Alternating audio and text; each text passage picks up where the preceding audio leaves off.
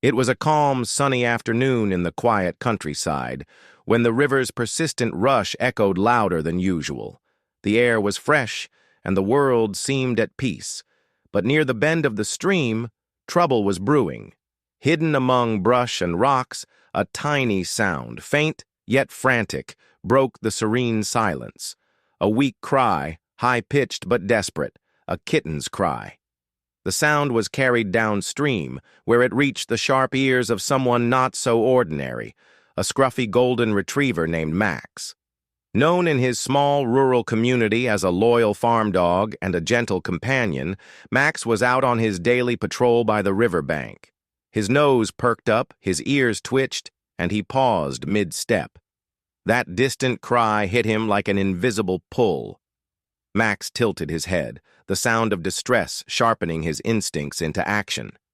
His deep brown eyes scanned the area, and with an urgency uncharacteristic of his usual leisurely strolls, he bounded toward the riverbank. Something, or someone, needed him.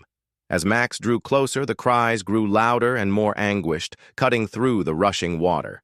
He spotted it, a tiny figure clinging to a jagged moss-covered rock at the edge of a swirling current. A kitten, so small it looked no older than a few weeks, was stranded, its gray fur soaked through, plastered to its trembling body. Max stopped cold for just a moment, processing what he was seeing. No one else was around. The narrow strip of forest hugged both sides of the river, and the nearest farmhouse was miles away. Just the river, the kitten, and Max. The current wasn't strong enough to deter a grown animal, but for a creature so small, it was a force of nature, a merciless, churning trap. The kitten cried louder, its voice tiny but insistent, a plea for help. Without hesitation, the loyal dog plunged into the river, his sturdy legs paddling with strength and purpose.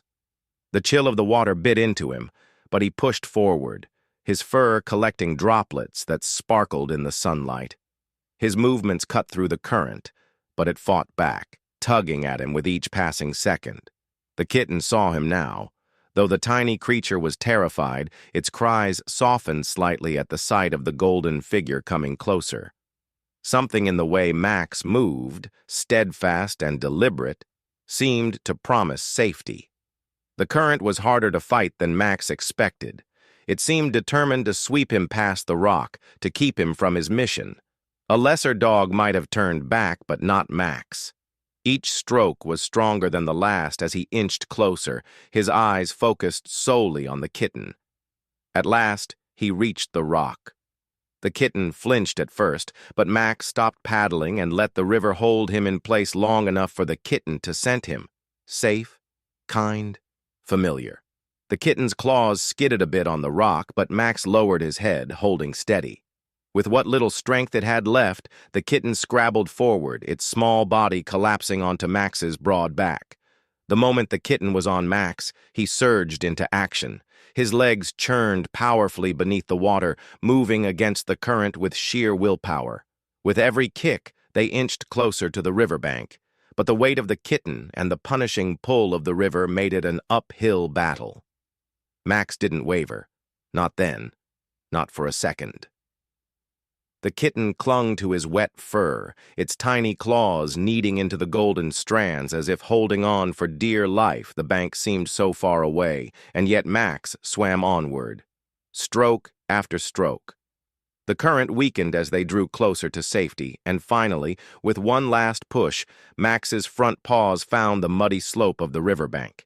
He hoisted himself, not to rest, but to carefully carry the fragile, shivering bundle on his back. Safe. They were safe.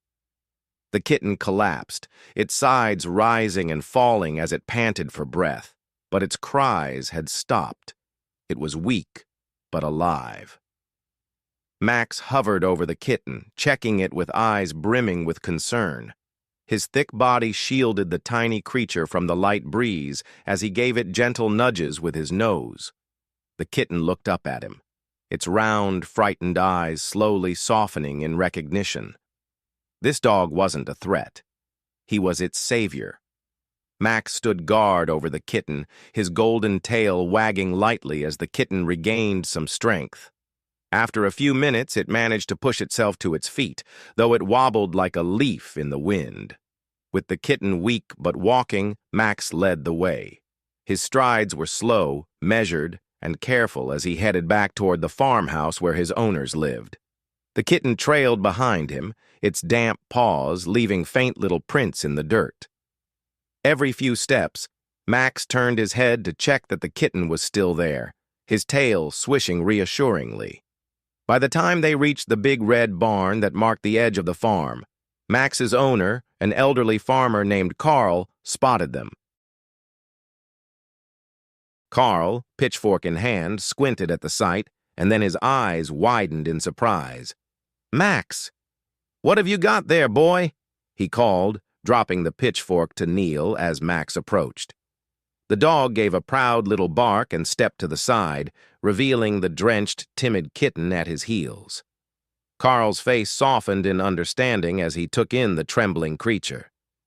"Well, isn't that something?" he murmured, scooping the kitten up with hands that were rough but gentle. "Where'd you find this little one?" Max wagged his tail but said nothing, as if to say the story didn't matter, only the outcome did. The farmer carried the kitten inside, wrapping it in a warm towel and placing it near the hearth of the old stone fireplace. Max, of course, followed, lying protectively near the towel bundle as Carl prepared a saucer of goat's milk. As the kitten lapped at the milk, its strength returned. It even let out a contented purr as its damp fur dried in the heat of the fire. Max watched from nearby, head resting on his paws, his eyes drooping with quiet satisfaction. In the days that followed, the kitten quickly became a permanent fixture on the farm.